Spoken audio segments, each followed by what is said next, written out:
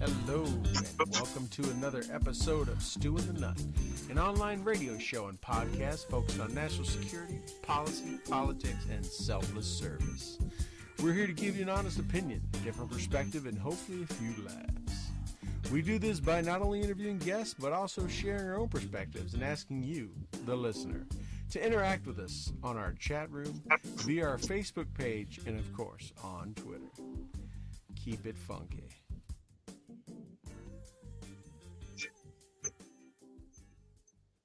There we go, everyone. There we go. Keep it funky. That's what we're talking about. Welcome to another episode and the first Thursday episode of Stu and the Nun. You got Stu here, joined by my brother from another mother, that good-looking man with the hat on backwards. To my right, your left, I think, or to your left, my right. Either way, there he is. You see the Nun. What's up, man? You know, I got to wear the hat to keep the hair down. It's. I'm surprised it's not pushing through those little holes like on top of the hat. Oh, you can grab handfuls of it now. It's getting wild and crazy. Mama must like that. It's great to be back to Thursday nights. This was our original night back in the day. Yeah, way back in the day. Back in the day. And we are back to Thursday nights because we got priorities. And on Tuesday nights, big shout out to oldest daughter, Eli, for making varsity volleyball at Eastview High School, Eastview. And they play on Tuesday nights. And, you know, while I love y'all and I love you, my brother, you know, you gotta watch the B-ball. Yeah. You gotta watch it. You gotta be part. You gotta participate. You got to cheer. Yep. Well, and for anyone that is not familiar or too familiar with Texas, there's two things that are sacred in Texas outside of barbecue and the Alamo. And the remaining two things that are sacred outside of barbecue and the Alamo are Friday Night Lights and varsity volleyball. So, just saying. There's a lot of other things that are pretty important in Texas, I think, but we'll go with those. I mean, if you see behind me on that flag, that come and take it flag, that's lower pretty... property tax rate. You know, like, yeah, good things. Yeah, you know, good Second Amendment rights, family, big trucks pulling off the side of the road, letting you pass on the shoulder, which people that go to the first time for Texas, that's the biggest thing they always comment on. Is like, they pulled over and let me just pass them as we were driving down the road. I'm like, yeah, that's Texas. Yeah. So we had to move it. That's all right. It worked better for both of us. And, you know, it keeps our listeners on their toes. Hopefully we don't lose too many. I see we have a couple in the chat room, but we don't have our normal crew. Hopefully we get a few more back. Probably got to share it out. I don't know. Have you shared it out yet, man? Have you done your... I did. Okay, I need to do that too. But, yeah, we're glad you did join us, and you're welcoming us into your living rooms and homes or hotels or dorm rooms or wherever you're listening to us at. We appreciate that. It's going to be a fun show. We got some new stuff to announce later on, probably around the halfway mark. We got some cool stuff to talk about and talk about some things up and coming. Toby and I have been busy working on some stuff, trying to make this show better all the time and trying to build a bigger audience because to be enlightened by the phenomenal guests that we have on so that message can spread. So, yeah, we're excited about that. But anyway, so we're here on Thursday nights. Hopefully it doesn't conflict with too many folks. You know, one thing, Toby, about Thursday nights, you know, maybe we should have done this earlier because remember back during the campaign season, like every debate was always on Tuesday nights. It is. Yeah, no, I think we're onto something. Yeah. Originally, I thought they were just going to change and accommodate us, but apparently we're not important enough for presidential elections to change their dates, times, and debates. Yep. Hey, why are you frozen on my video? I don't know. I have you just looking at your screen. I have like a profile shot of that awesome man goatee sticking down, but you're not moving. And I know you're moving because you're talking. Yeah. So for some reason you are frozen. That's odd. But hopefully it pops back, man. Come on, Skype. Come on, Microsoft. Don't hose us up just because we move nights. That's not cool. But yeah, so but it did. I was kind of thinking about that today. I'm like, man, all those times where we were on during the middle of a debate or right before a debate. Um, it was not a we were having to rush it. And now we're on right before an awesome new show by our good buddy Tim Kennedy comes on, but we end a little bit before that, about an hour before. So Yeah, we have some bleed over time if we need to. yeah, that's important that we have time to go watch that because that's a pretty impressive show. That, It that's a really impressive show. It is. I'm spoiled by DVR. I don't like watching it live because I don't want to sit in commercials. So I haven't watched this week's. I could have been watching it, but I was like, no, I want to record it so I can just blow through the commercials because I want to see what Tim is getting into next. And I'm pretty excited about this week's, which I know is the rodeo clown one. The first episode was great. The test pilot was just like, man, what a great first entryway into this new series. If that doesn't get you amped up. So I'm excited. I'm probably going to watch tonight after this show. I need to watch it because I'm just like Hunting Hitler. Tim is a family favorite. We all like gathering around the old tube as a family. And there we go. Now I got your video. And watching and everything. So, kind of like they did back in the 40s when the whole family would gather around the radio and listen to the War of the Worlds. We gather around the 70-inch flat screen and watch Tim do some death-defying stuff and almost black out. Have you seen? Did you watch the episode? Not this week's. I am going to watch. That's what I say. You were not listening to it earlier. Spoilers, then, but there's a song that they used to sing back in the day. I fought the law, and the law won. Yeah. He fought the bull, and the bull won. Wasn't there something about getting the bull by the horns or something? Was that a song? I don't remember. He might have got the bull by the horns. Yeah.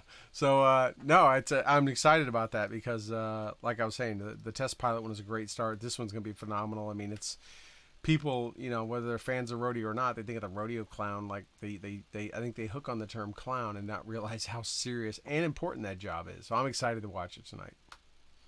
Yeah, no, it's well worth it. If your schedule doesn't match up with it, like Stu's, absolutely DVR it, whatever they call it, TiVo it, record it, pull it up online. You will not be disappointed by the awesomeness of the show. I mean, he really pays homage to those that are the unsung heroes in American culture, and people that you're like, oh well, a test pilot, how's that American culture? Well, the Wright brothers were American, and they brought powered flight to be right. Right. And, the Boeing 737 and the 747, were some of the greatest aircraft and still are some of the greatest aircraft to be ever contributed to the aviation that have moved billions of people around the world. Like when you think about that, the impact that, the test pilots had on not just American culture, but Western culture, on international cultures, unparalleled. Right. And yet no one ever talks about or mentions them. And that's, one of the reasons why Tim's doing this stuff and picking these people, in, the days of the West, the cowboys, the iconic man and profession that kind of conquered the West. And the last remaining remnants of that is what you see. Obviously in places like Texas, you see cowboys actual cowboys. You see them quite frequently. You have a lot. You see a lot of poser cowboys, but there are real ones there for sure. And like here's someone that here's a job that's unconventional that deserves a place. There's a B-25 flying over the office right now. I hate when that happens. That's such a common occurrence on this show. Old Devil Dog with its 4 radial engines, but no, it's really neat how he does it. And one of the things, like without giving you too much of a spoiler on the show of last week's episode, He was with some professionals, a world champions and professionals in that field. And here's Tim, like this freak athlete, Green Beret, hard charging UFC athlete, fighter, not afraid of much, extremely accomplished. And they were like shaking their head, like, I don't know if this guy has what it takes. And like Tim's not past his prime. He's in his prime, and he's performing at levels like he never performed at in the past. And when that's how hard and serious these jobs are. When people like make comments like, I don't know, like he just might not be able to accomplish that. And it's really inspiring when you think about how hard these other people work to achieve the levels that they achieve. It's not just something that someone can walk into and in a week, regardless of their ability, can just do. Right. Well, if you look back at for those that watched the first one, I mean, I loved how the pilots were like busting his chops because he is Tim Kennedy, and they're like, yeah, we're just Air Force people, but you see it and how much he strained to tighten his muscles to try to keep from passing out. I mean, dude, if I remember right, it was like 7.4 G's or something like that, and it was everything. You could see it in his face. It was like everything he could do to try to, and he even talked about. I mean, he had the wherewithal to talk about. He saw the black coming in from the edges. I mean, and the focus and the muscular strength he had to have to keep that from happening. And if it happened to happen, we're human beings. I mean, there's none of us are impervious to that. But yeah, it's and just that kind of, and then the last scene of it where he's dealing with the fire. I mean, very, very dangerous, and just how much that impacted him, and he, what he did, whatever he could. I'm not going to give it away for those who haven't seen it, but he did whatever he could to get out of there, and it was, sure he's glad he is as good a shape as he is to do it, because a lesser person probably couldn't have done what he did to force his way out of that cockpit for sure. Yeah, no, it's really neat because we forget, and we overlook so many people, just everyday people in America that have extraordinary jobs and have extraordinary contributions to our way of life and culture. And it's neat. Like, I really enjoyed Mike Rowe when show Dirty Jobs, and this is kind of that, but a little more dangerous. Yeah, Less dirty, more dangerous. Still yeah, a D word though. that's it. We got a little feedback there. That was kind of weird. I got to fix a little bit of our video here. I got you kind of moving off to the right. I want to make sure I get you, which you're kicking back, relaxing, which you, by all means, you should. But I just want to make sure that that I give you, you can relax and move around and not feel like I have to keep you in a box. So let me just do that real quick. Well, hey, so a lot of things going on like usual. Well, even though we're on a Thursday night, there's no shortage of news, I would say, and you only have to wait 24 hours and something new will pop up. A lot of things going on. There's some things that just repeat every week that are still going on. I think one thing that's interesting, I don't know about you, Toby, I'll kind of start off. One thing I think is interesting is this trial, the Manafort trial, in Virginia. This judge, T.S. Ellis, he seems to be quite a character. It's interesting how that goes. If Manafort's cleared, if the government is going to claim a mistrial or what they're going to do. But this guy, I don't know if the media is not covering one side versus the other. But I mean, it seems like he is continually keeping the prosecution in check, and making sure that they don't overstep their bounds. I don't know if and maybe it just seems it's just them right now because it's the prosecution's time, and the defense hasn't started their phase of the trial yet, and it'd be interesting to see if he does it for that. But he's not rolling over for the government, that's for sure. I don't know if you've watched it much or not, but I have not actually. yeah, So it is. He's accused one of the prosecutors of crying in the courtroom. Told one of them to look at him in the eye, like, you need to look at me in the eye. Has dressed them down pretty heavily every day. Ended the court proceedings on Friday early because he said they couldn't get their stuff on. Has when they want to introduce like hundreds of pages, like, no, cut it down, it's too long. he just he is keeping them in check. He even made the comment yesterday that they told him that judges need to be patient. And he's like, well, they appointed the wrong guy for that. you know, he is all about a speedy trial. And he is not he's making sure it stays focused on what the trial is for, which was of course bank dealings and bank fraud and stuff before Manafort, part of his private business dealings, way before anything ever happened. But he even came out saying if you don't put Gates on the stand, who's the prosecution's witness, who cut a deal, he's like your case is going to fall apart. Where they put him on the stand and the defense has been doing their best to try to embarrass that guy, and now it comes out he was infidelity, and he admitted the stealing, he's admitted to having an affairs, and it's going to be interesting. It's an interesting watch case. I don't know how much all the news media is covering it. I know how much I see on the TV, but I don't know how every other case is covering it, because right now it does not look good for the government. That's for sure. Yeah, so that's the one thing. And speaking of cases, one that kind of hits a little bit closer to home is also at the national level, and that is yesterday, Representative New York 27, Representative Chris Collins, was indicted for insider trading charges. He is a congressman from Western New York. Full disclaimer, I know Chris. Our kids were in Boy Scouts together. He is also still involved with our scouting district. And in fact, as you remember, Toby, I went to the inauguration. Those tickets were from Chris's office. Yeah. So, so I know him, and it'll be interesting to see.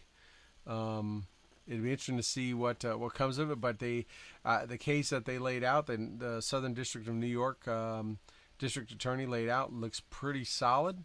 And it looks like it does not look good for Chris, but he says he's innocent. He's going to be vindicated.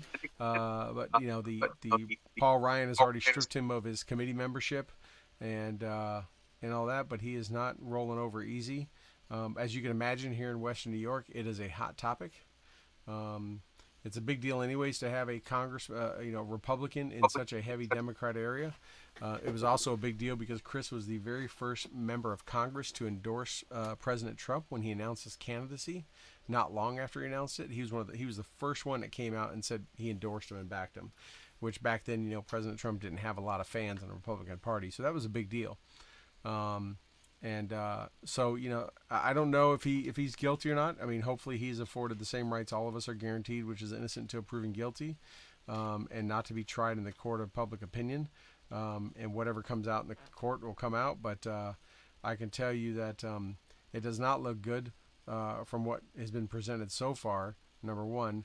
Number two, if he did do it, I can't believe how foolish he is, because he's considered anywhere from the 13th richest to the richest member of Congress. He's worth anywhere between $44 to $100 million.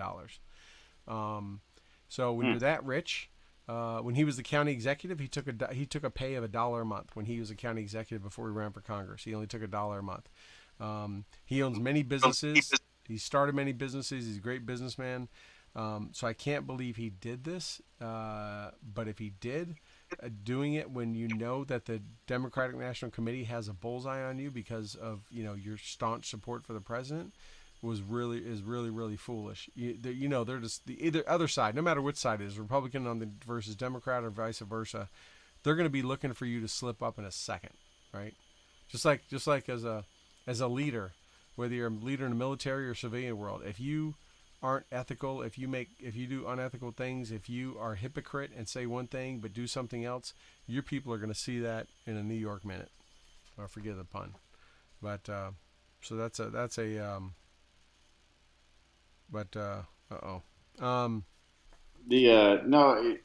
it's regardless of side, there's going to be an attack, right? And part of me, the first thing you said was or first thing I thought of when you said that, he was the first member of Congress to endorse Trump, I was like, man, I wonder how long this investigation's been going. Right. but both sides do it. Obama did it. People did it to Obama. People did it to Bush. People did it to Clinton. Are doing it to Trump. Both sides are just ruthless. If they can find anything that they can, even tweak a little bit. We saw it here in Texas with, now Secretary Perry, then Governor Perry. They go at him with such fervor, like they put him under indictment, and it takes 2.5 years, for them to get through the court system to find out that he did absolutely nothing wrong, but he was under indictment for 2 years. And it's frustrating, when you see that stuff. It's because a lot of it's politically motivated.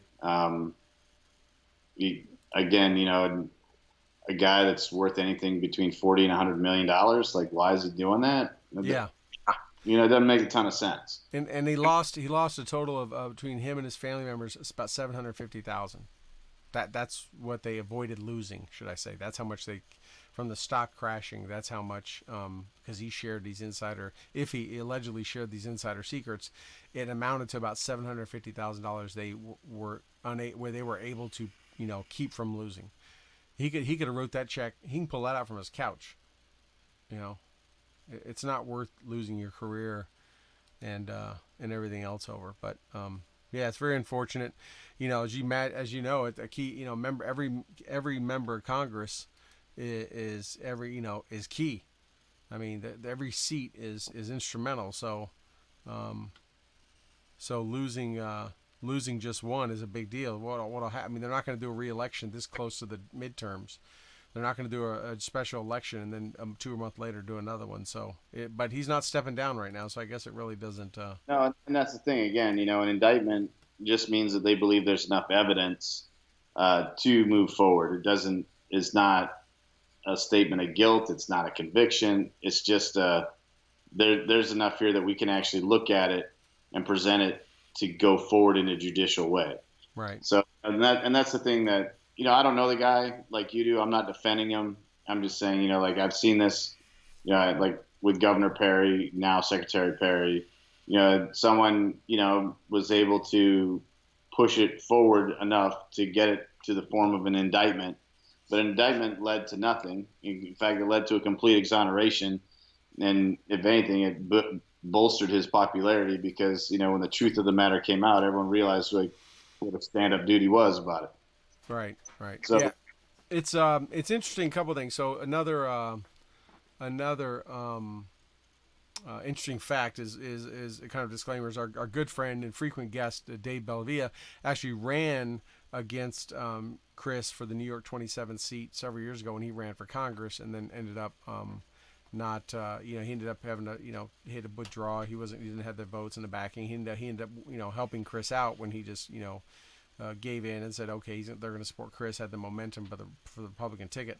So, and Dave on his show, which I've been on a few times, was talking today, and one thing he noted was, the district attorney, the head attorney for the Southern District of New York must feel pretty confident because he came out himself and did this. He didn't have an underling, he didn't have an assistant come out or anything like that, which typically how they do it.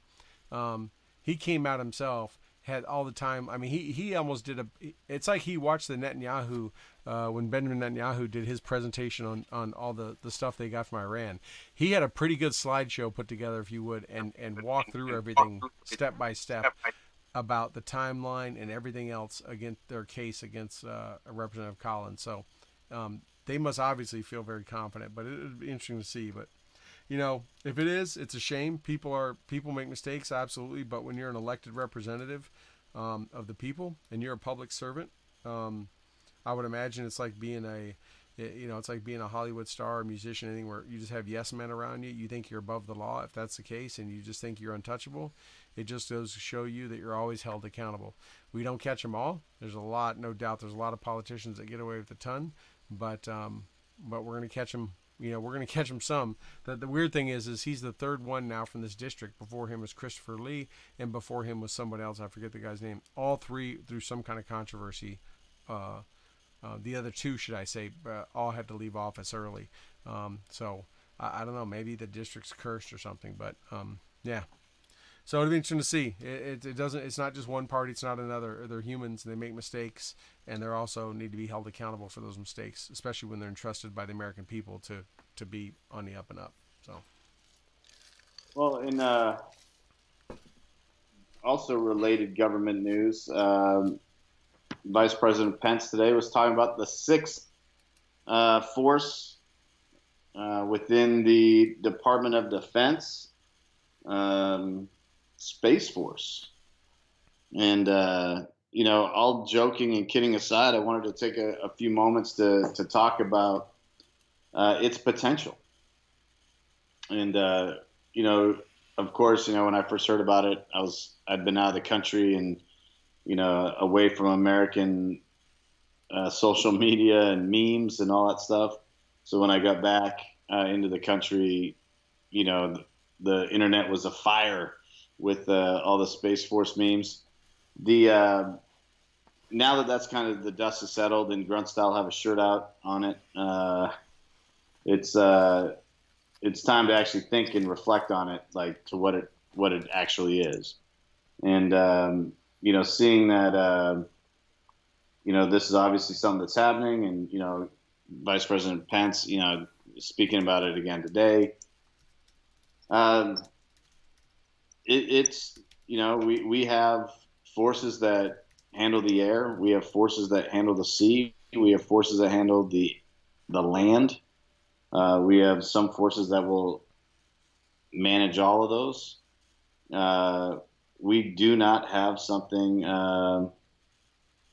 outside our atmosphere, other than satellites, and we have a ton of them up there, which which hundreds. which a lot have tactical and military applications, right? Yeah, and we should probably protect those. Yep. Kind of like E9, our nice sponsor, protects my muscles, from getting torn by holding them into these sleeves. Space Force is going to contain and handle and manage that stuff. And I think that there's a real need for it. All kidding aside, who doesn't want to be a door gunner in the space shuttle, right? Like, who doesn't want to Yeah. fight the great arachnid herd, on some other planet? Um, I mean, this, yeah, this is the just to future. be a door gunner. I mean, just to be a belly gunner, anything, right? Yeah, The quad but plasma cannon or whatever it is. but that's the future, and it, Interestingly enough, I have an enlisted nine join or die shirt on tonight, but you wouldn't know it's enlisted nine because this is a special one-off because there was a mistake and the enlisted nine logo didn't get on this one. So this is a 1 in a million collector's edition, but it is a join or die. So so I did wear my enlisted nine hat to make sure I had the logo on, but which is actually applicable for Space Force. Join or die, go fight the herds of big mosquitoes or monsters or whatever's lurking below the lake on the southern pole of Mars. no, like it's the future, and we're getting out in front of it, and of course, obviously, there's mocking to be done, and I don't disagree with some of the mockery, but the reality is we need to start looking forward. When Ronald Reagan was doing it, it didn't seem that wild and crazy. Well, it did to Um, some. Some from the other side of the aisle were making fun of it, right? They called it, Star Wars and that kind of yeah, stuff. But I wonder, Toby, when they in 1947 when they formed the Air Force out of the Army Air Corps, I wonder if those same kind of conversations happen then. Why do we need an Air Force? Do we really need an Air Force? That kind of stuff. The Army can handle it. Um, I wonder if that was if that was kind of the same mindset. But to put this in perspective to people, I think everyone now just about has a GPS in their car or on their phone. They do on their phone or their watch or whatever. Those came about their first application. The reason we have GPS is because of the military.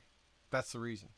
And the first GPS satellites that were even used by civilian use were military satellites that could anytime be disabled for civilian use.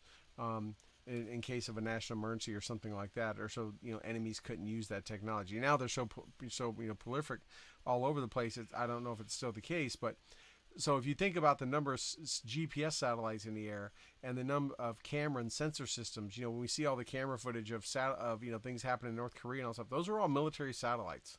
Those are all military camera systems, high-end sensors. So, yeah, our advantage for any war is, and going way back, back to Vietnam, they were using the U-2 spy planes and that kind of stuff. They really didn't have, including for the Cuban Missile Crisis. But after that, we started putting birds up in the air that could take high-resolution pictures at great detail of the ground. Those are our eyes when we can't get to another country or to an adversary. Who would not want to blind us? I mean, the threat to our satellites is, if you haven't thought about it, is as real as it could get. And I'm sure our sophisticated enemies, like China and Russia and others, are surely developing weapon systems to take those out. You always want to take out your eyes so you can't see and identify the threat. No, I mean that's why this is crucial, and that's why I don't think it's a violation in operational security to say that we need to protect that stuff, because we know the technology exists. We know it's there. Everybody with a smartphone knows that their smartphone is GPS enabled. Everyone that has nav in their car, and how dependent people have become on that. People are horribly dependent on their devices, and don't understand, well, I don't even think you can go into a gas station and buy a street map anymore. But I don't know if Rand McNally is still in business. Point, in the chat room, he's talking about we also have private companies launching vehicles into space. We got SpaceX, we got Virgin. I can't remember what Branson's thing was called. But you got Elon Musk with SpaceX, you got Branson with Orbit One or whatever it was called. We got private companies putting things into space. There's a Roadster. There's a Roadster up there jamming out on some David Bowie. Yeah, no, they're launching satellites. They're conducting flight. They're conducting a lot of things. It's It's the new frontier. Not to sound like Gene Roddenberry, but it is the new frontier, and we need to protect it. Yeah, or protect our interest in it and protect our part of it. Yeah, I don't think we're looking to extend way out. I think we're talking about the area of space, the atmosphere above our atmosphere, outside of Earth's protected atmosphere. That where the satellites, where there's probably hundreds and thousands of them up there cruising all over the place. It's protecting that. It's not going out and fighting Martians on Mars, and that's where we have tongue-in-cheek fun with it and everything like that. And it's not everyone thinks of Starship Troopers and all that stuff, and of course that's where most of the memes have been around. But it's really just protecting that other front on our battlefield. That is it's a combat multiplier, and it's something that's in play, and it's been in play since I first came into the military in the mid '80s. It's been in play, so. Yeah, but sure, and Enlisted 9 will be there too, I'm sure. So I can't wait to see Colton fight in space. That would be awesome. He likes to take it to the ground. He likes to grapple. How do you do that? Weightlessness. This is a new challenge. That would be tough. Right, where it's just you intertwined in betwixt, just twisting around in space, you pushes you off, you bounce off a wall and go back the other way, and it'll be like the new snake style kung fu. It'll be interesting, to see how it all shakes out moving forward, and where the priorities are going to be, and how they stand it up, and what the recruiting process is going to be. And I fully admit that I'm excited for that process, just because I'm a fan of the process. I think, one of the most challenging things that I ever participated in was trying to trying to recruit people to do something that they knew needed to be done, but didn't want to be those people. And you know, starting from scratch and building something up, knowing that you have a need and you have to bridge that gap, but you're unsure of everything about it. There's so much ambiguity there. And I'm just excited to see how this all starts playing out. Like there's so much that needs to be done. Like are they bringing over some of these guys and gals that are the most brilliant minds that we have that are in the current space program that's non-military? Are they going to bring in like hard chargers? I want to know where their basic training is going to be. Like like I would like to go to that graduating class and see what it is that they're going to do, because it's going to be the only thing so it's going to foreign be, and so different to anything we know. Like, yeah, I think anyone's going to suffer is going to be the rest of the branches. Like they're going to have no problem recruiting and meeting their numbers. It's going to be, there's probably no PT belts in space. AR 670-1 does not apply. So for those who are a little bit on the heavier side, I think you'll be all right. Probably can have beards. I don't see chemical threat and pro mass being needed. So you probably have beards and go. Plus you're going to be in space. And I just. The interesting thing is, like, you're absolutely right. I think recruiting probably won't be an issue. I imagine there's probably going to be like a high level of veterans that are going to try and roll over into that. Imagine recruiters like, you can stay on the ground or you can come into space. Like, oh, you can be airborne? Oh, that's cute, jumping from 1,500 feet. How about being, 15 miles up? Oh, how about spacewalking? Yeah. No, it's going to be interesting because, the Marines are the few, the proud. Like, they're not going to be able to claim that anymore. No. Like they can say the few and the proud, but the reality is, like, they just got bumped. Like, they're no longer going to be the darlings. And I imagine the recruiting videos that are going to come out for Space Force are going to be so badass. The Army hasn't had a good recruiting video in a long time. Not since that private sat on the edge of drop zone out offering his first sergeant a cup of coffee at 9:00 in the morning after a mass tack. Like, they haven't had a good one in a while. The Navy and the Marine Corps have kind of been able to hang in there. The Air Force have had probably one good one the last 4 or 5 years.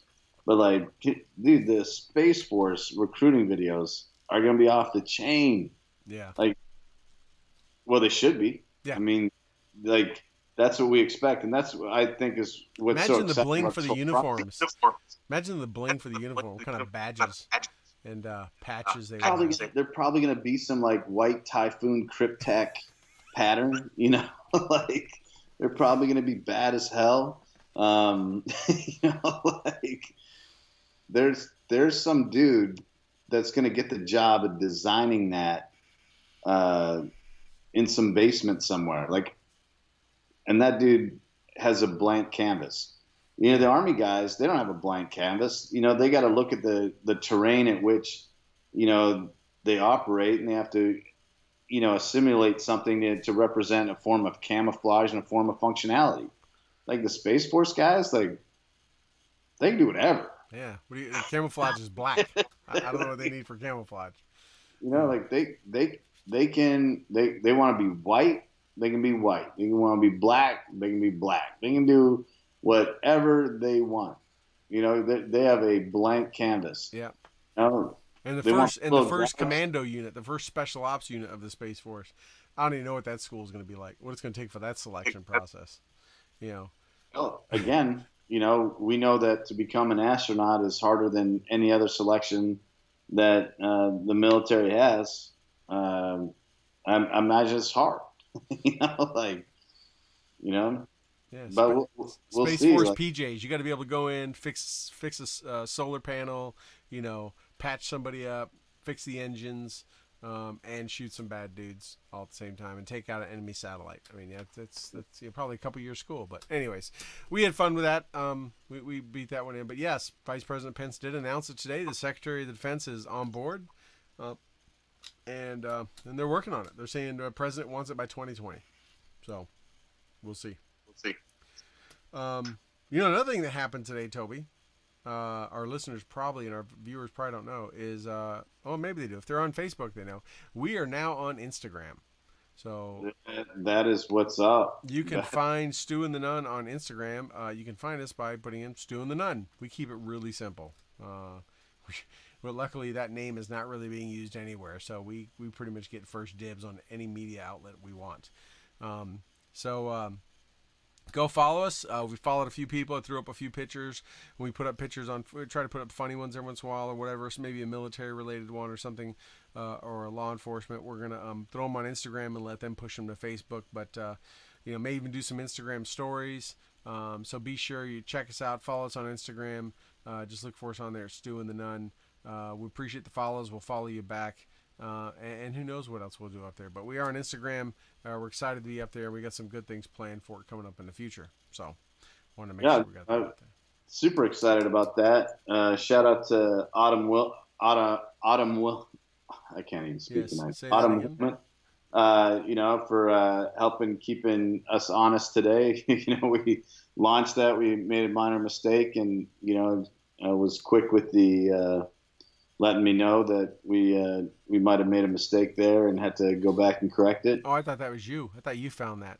No. I don't have the technology to draw nice little circles that quickly. Yeah. No, but it just is great that we got some great listeners out there that are got our back and support us when we do bonehead stuff. But we are going to be on Facebook. I mean, the Instagram. We're going to be on Instagram. We're there, and we're going to do some neat little content stuff. And it was just a matter of time, and we got someone that mentored us and coerced us to do it, and we accepted their terms. And so we're going to be rocking the IG, and as the kids say, our IG will be on fleek. Look at that, man! You're getting all millennial on me, yeah. So another thing we do too today, we announced I put up a little blurb. Your video's frozen again. I don't know why it's doing that every once in a while. I know you're moving around. I know you're not just staring off in the corner like that. We are announcing for the first the first ever contest giveaway here on Stu and the Nun. And this is the first. We're going to do two. We're not sure how often we're going to do them, but I can tell you right now, Toby doesn't even know this. We have two back-to-back. We already have one. We have one for this week, and we have one for the following week already lined up. But we're hoping to do this at least once a month. So you're saying to yourself, wow, Stu, what do I have to do to be part of this contest, and what do I win? Well, I'm glad you asked. So what we're doing is we are teaming up with past guests and hopefully be future guests, maybe friends of ours that are involved with something, that have a product, have a company, and what we're doing to be part of this and be eligible to win is to like our page and to like their page, whatever it may be. When you like both, so tonight we're announcing our first one with Accelerated Solutions. So we had Clint on from Accelerated a while back, about a month and a half ago. He makes custom holsters. Toby and I showed him Kydex holsters and mag holders and all kind of stuff. So we are announcing it tonight. So we'll put up after the show the link to his Facebook page on our Facebook.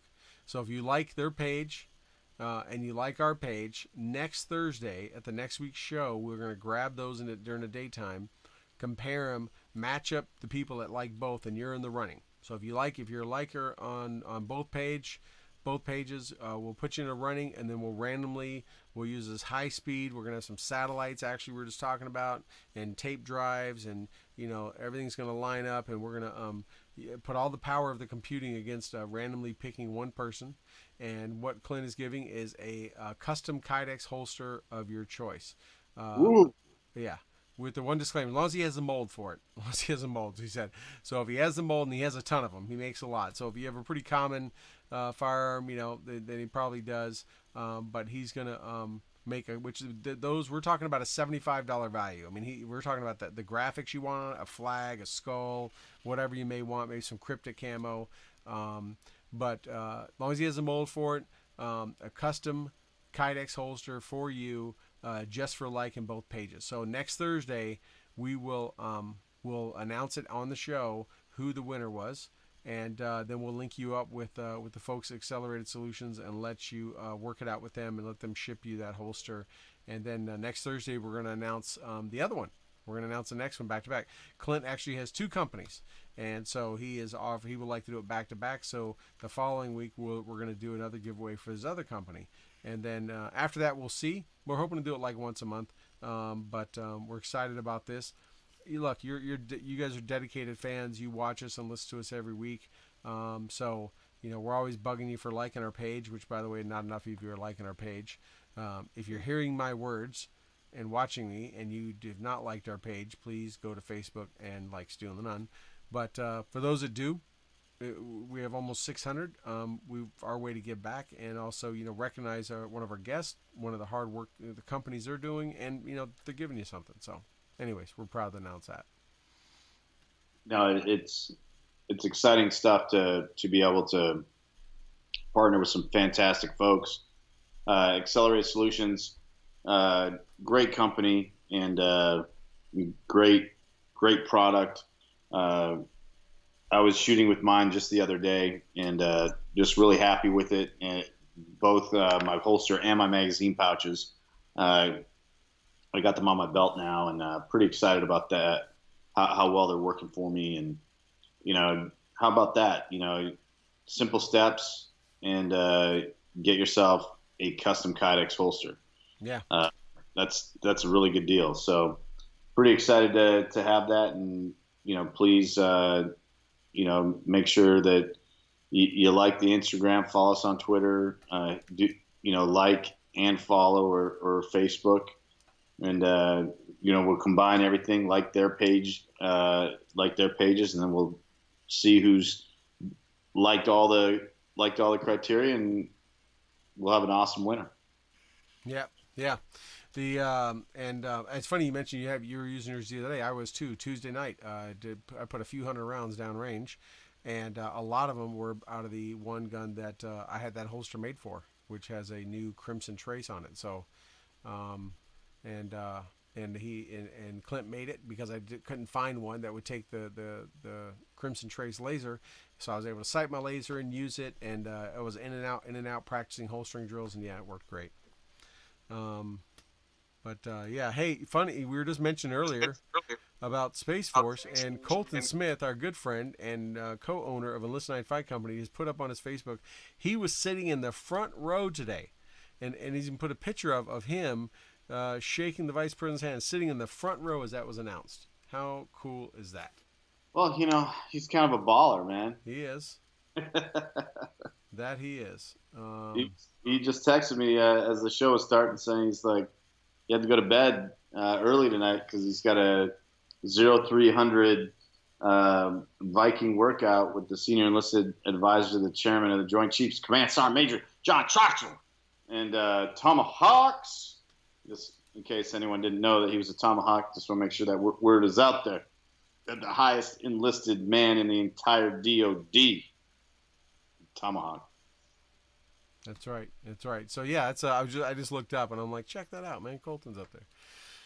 But so what else you got going on, Toby? There's a lot of other things going on in the news. I just saw too that looks like week 1 of preseason games, we already have NFL players kneeling and raising their fist during the national anthem. It looks like we're going to be back, and NFL's all for watching their ratings continue to drop this season.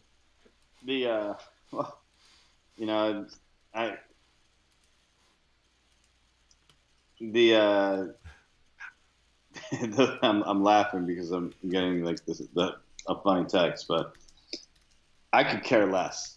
I really could. The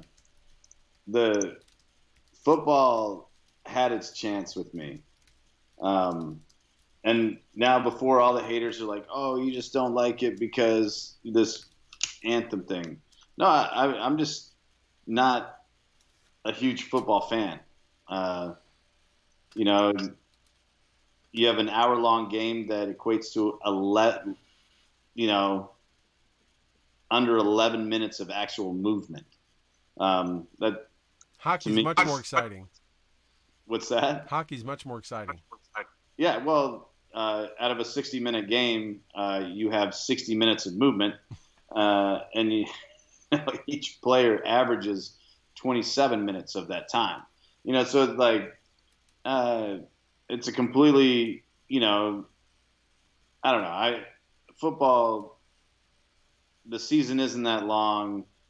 They don't play that much. I feel like they're overpaid. I feel like while it is exciting to watch some of the bigger playoff games just because they're playoff games and there's something on it, football really doesn't do anything for me. And when they started doing this a couple years ago with Colin Kaepernick and the other guys, that started doing this, I see it as a publicity stunt. You had the Seattle Seahawks guy that made all the story about how he was treated in Las Vegas and the oppressive police force there, and then they released the video and it's like, oh, you were just being a jerk. Oh, like that's not how it went down at all. Like I I think the whole argument, I think the whole thing is just ridiculous. I don't think it has anything to do with sports. I have a hard time watching ESPN now because like they don't even cover sports. They're more interested in the political opinions of athletes, and I I'd rather see an athlete do something as an athlete because I'm not watching them for their political opinions. If they run for office, yeah, I'll watch them. I'll listen. I get it. They have a big platform that they could do something positive with. Well, then do something positive for humanity with it. Protesting your political beliefs and saying that you're not going to go to a White House or you're not going to go to whatever.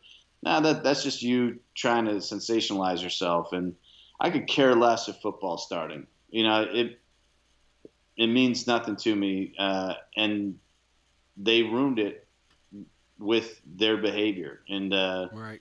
I think I'm not alone.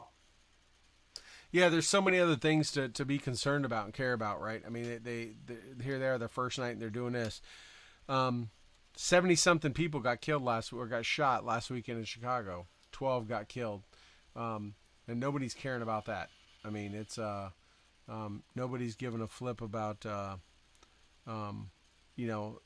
people being murdered and slaughtered. Kids in drive-bys, everything else, innocent people, and they're worried about standing up and doing that just to get their 5 minutes. It's that kind of action that leads to the animosity and honestly the increase in racism and just the vitriol that's going on in this country. This is what people are sick and tired of. Everyone talks about coexisting. They put the stickers on their car. Everyone talks about all getting along, yet no one wants to get along, right? They can't put it aside and just say. This morning I saw J.J. Walker. Remember Dynamite JJ, the comedian? No, dynamite. Yeah, he was on this morning being interviewed and just saying, look, I don't do anti-Trump jokes. I don't do anti-Hillary jokes. I don't do anti-Obama jokes. That's not what people come there for. They come there. I don't want them there to piss them off because I don't know which way they think. They're there to laugh and have jokes. That's what I'm there. I'm not there to add to the angst that's going on in this country. And I thought, it's like, man, I wish more people, especially comedians, would think that way because they all think. I mean, they're not even working hard anymore. They know they pander to their audience, and if they think their audience is, they know without a doubt their audience is somewhat left or thinks that way. All they have to do is just say anything they want anti the right, and they're going to get laughs. I mean, that's not really hard to write those jokes. Right. Well, because they're not even jokes. even if their audience isn't, it's just safe, right? It's a safe way to be lazy and tell a joke. Because if you don't think it's funny, someone could say that you're the problem. And there's guys out there and gals out there that actually are funny, that are working hard as comedians, that are diving into content and doing that comedic process, but still like diving deep into hard issues. I remember, the comedians that I grew up liking, were a broad spectrum of guys. I was not, even though I enjoyed it, I was not a big slapstick kind of guy. When I was younger, Andrew Dice Clay was popular because he had the nursery rhymes. Rodney Dangerfield, was popular because he had like those zingers, those one-liners. But I also really enjoyed, the Richard Pryors, the Eddie Yeah. Murphys, like Eddie Murphy Raw, Right. Eddie Murphy Delirious, some of those back in the day. Cheech and I love Chong. because they actually I took mean, hard subject matter and made it funny. right. You know, And that's like the court jester's job, right? The the that's what court jester's satire is all job in about. society is to take the hard, impactful things that we struggle with and dive deep intellectually into them and make them enlightening emotionally and enlightened to enlighten them, not just to illuminate, but to enlighten the heavy burden of that stress, that friction, that pain. And there's guys and gals out there that are actually doing that. But like, if your whole thing is just making fun of someone, uh, like you're just insecure. Like you're not actually funny. You're just insecure. Um, and I really enjoy the comedians that put the time in that comedic process to like take something that's hard and painful and awkward in humanity and make it funny. That's why Dave Chappelle was so awesome. Right. Like Dave Chappelle like took these awkward things that were like racial tension and just like threw it out the window. Chris Rock, Tyler. Just absolutely, Yeah. and took these issues, just like that, oh, we were just talking about him, Richard Pryor, like I, in a effort of what people will probably call bad parenting, we let some of the older kids, most of which are around 18, watch Blazing Saddles not too long ago, and like if someone made that movie now, Oh, there's no way. like, well, you're right. No one would allow that movie to be made. But the sad part is like that's not a bigoted movie. That's a movie that takes these societal angst. And the funny thing is, it's like people from another country looking at our culture, seeing these angsts, diving deep into them, and then turning them inside out and making them funny, and making fun of everyone. Right. And That's what satire is all about: is making fun of everybody. yes, Right. That's what late night talk shows and comedians used to be about. When you watch David Letterman or Johnny Carson or Jay Leno or any of them, they made fun of everyone. They didn't matter who was in office; they were going to rip on them. And somewhere over the and not last, just authors. and, Like they would make fun of anyone. right, that's what satire is. And somewhere during the Bush 2 years, during GW's years, that all the angst and the hatred piled up to a point where they could only go one side, and it's been that way ever since. And when Obama was in office, they didn't have a lot of fodder on that. They went after every stuff. And as soon as President Trump announced it, they were on him, and that's all their opening monologues are, and everything are just ripping on it. They would never rip. They would never rip on President Obama. And in fact, when you saw a comedian or saw a show do that, it was like, wow, okay, maybe this person is going to try to be fair and rip on everybody. But it was a rarity. It was an exception. It wasn't the norm. And but you're right. Those old comedians, Gene Wilder, right? The old Saturday Night, the old SNL crew, right? Of Chevy Chase and Bill Murray and all those kind of folks. And Andy Kaufman. I mean, you know, serious comedians that just went after, like I said, sensitive or touchy subject matter or whatever. I mean, that's what humor is, right? Is you take it's the basis of what makes it funny is there's some reality in every bit of any bit of humor. There's reality in it.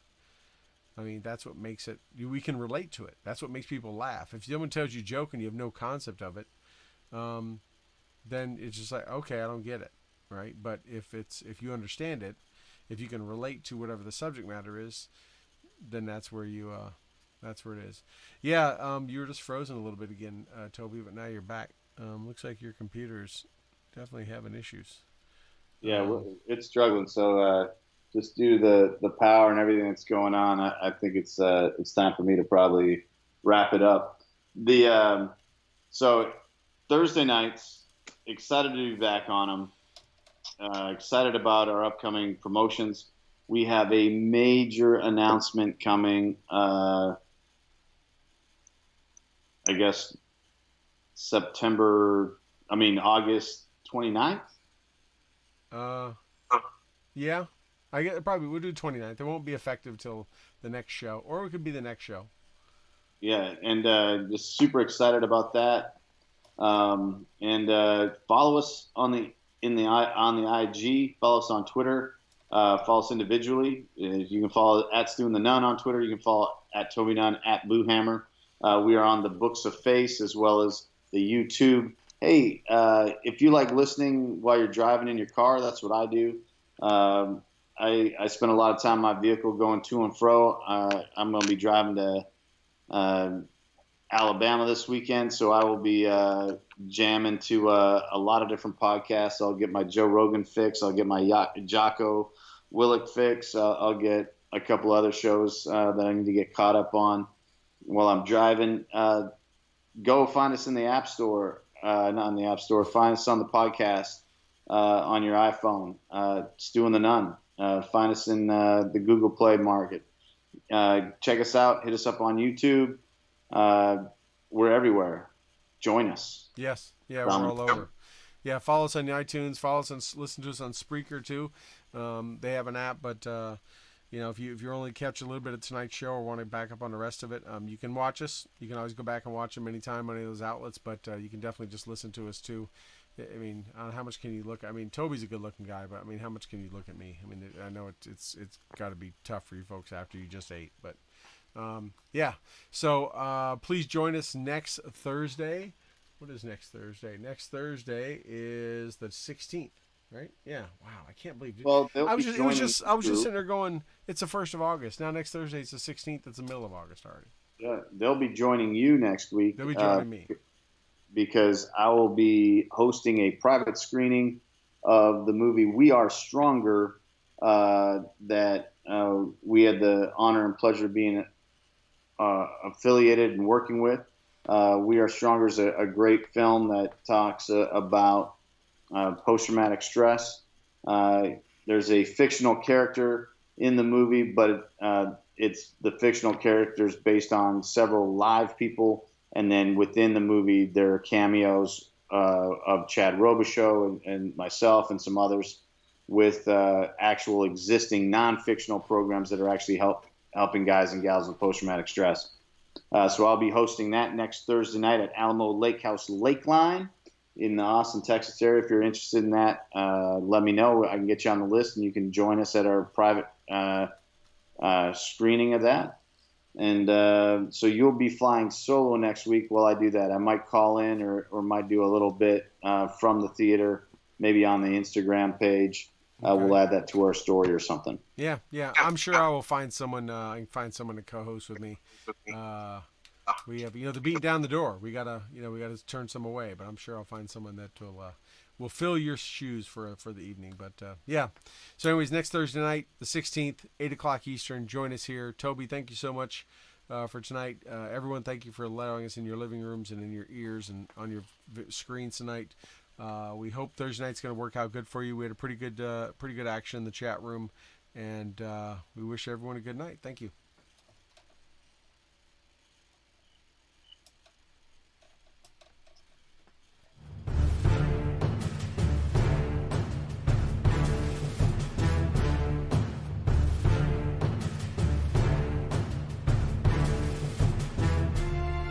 Thank you for joining us for another episode of Stu and the Nun Radio.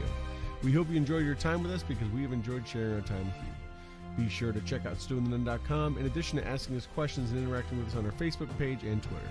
We look forward to seeing you next Tuesday at 8 p.m. Eastern here on Spreaker and Facebook Live. Also, we'd like to thank our sponsors, Warrior Media Solutions, BlueHammer.com, Veteran Outdoors, Graybeard Publishing, and Mighty Oaks Warrior Foundation. Don't forget to like our Facebook page and follow us on Twitter. Thank you again, and have a good night.